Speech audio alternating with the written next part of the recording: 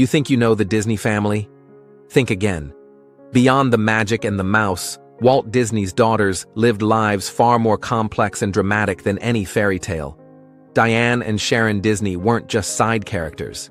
They had their own incredible journeys, full of triumphs, losses, big achievements, and heartbreaking struggles, mostly hidden from the public eye. Let's pull back the curtain on what really happened to Walt Disney's daughters, exploring their lives beyond their father's enormous shadow. Number 2. Diane Disney Miller, born December 18, 1933. Her birth was big news.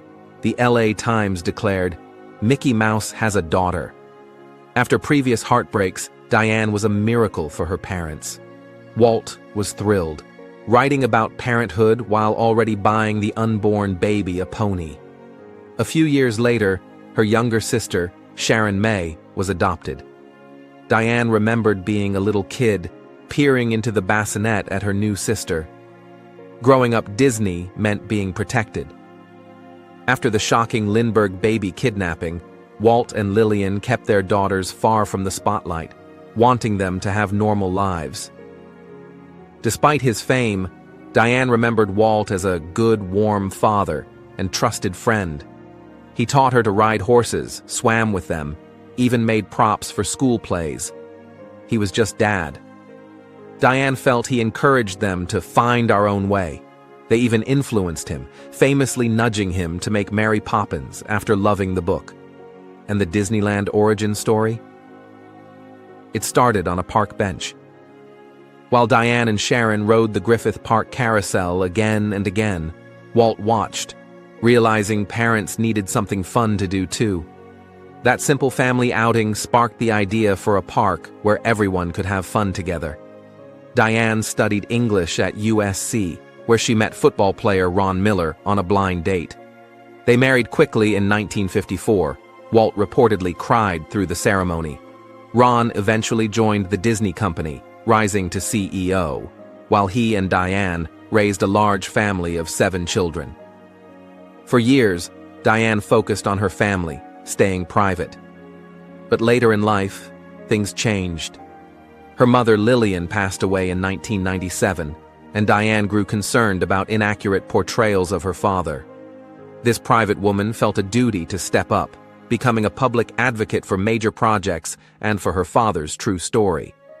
Diane had a lifelong passion for classical music, which fueled her fight for the Walt Disney Concert Hall. Her mother had made a huge initial donation, but after Lillian's death, the project stalled. Diane became its champion, especially defending architect Frank Gehry's unique design.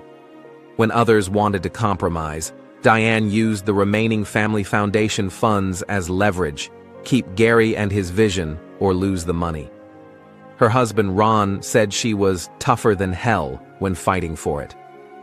The stunning hall opened in 2003, a non-commercial tribute to Walt and a gift to Los Angeles, thanks largely to her determination.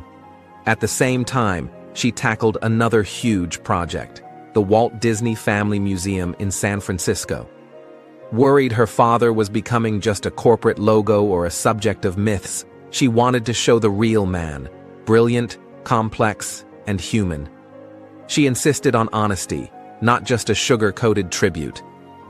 Co-founding it with her son Walter, she saw the museum, which opened in 2009 and is separate from the Disney Company, as her definitive book about her dad.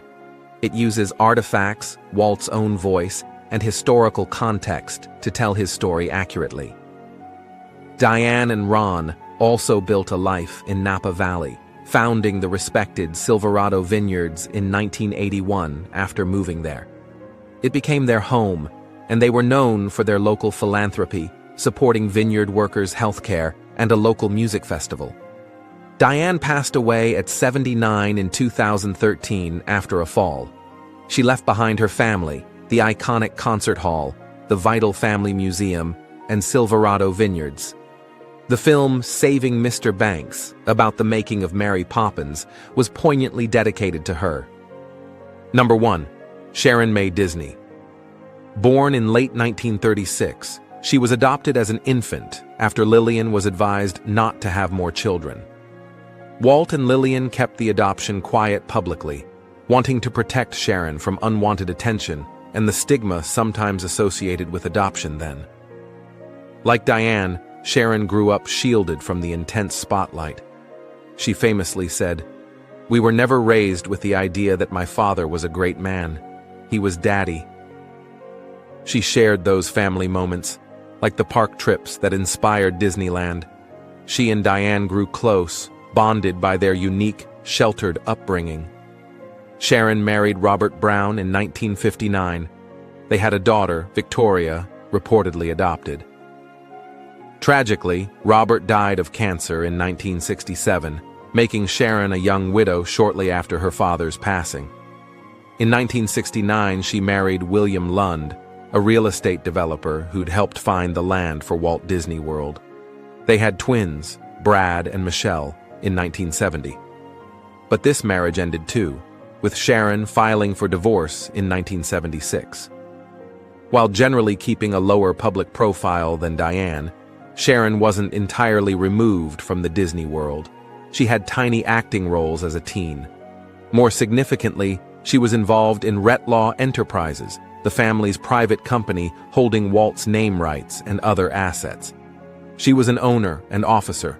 She also served on the board of directors of the Walt Disney Company from 1984, a critical time of corporate change, until her death. Sharon was also active in philanthropy, serving as a trustee for places like CalArts, founded by her father. Sharon May Disney Lund died of breast cancer in 1993 at age 56. Her philanthropic legacy continued immediately through the Sharon D. Lund Foundation, which made major donations in her name, notably establishing the Sharon Disney Lund School of Dance at CalArts and a medical innovation institute at Cheok Children's Hospital. However, a darker legacy unfolded around the massive inheritance she left her three children, Victoria, Brad, and Michelle, trusts worth around $400 million. The trusts had a crucial catch. Trustees, including family members, could withhold distributions due every 5 years starting at age 35 if they judged a beneficiary lacked the maturity and financial ability to handle the money.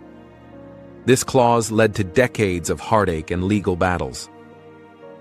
Victoria reportedly struggled with addiction, received her age 35 payout, but died just a year later. Her share went to her half-siblings, Brad and Michelle. Michelle also faced challenges, including a brain aneurysm, but she received her payouts at 35 and 40.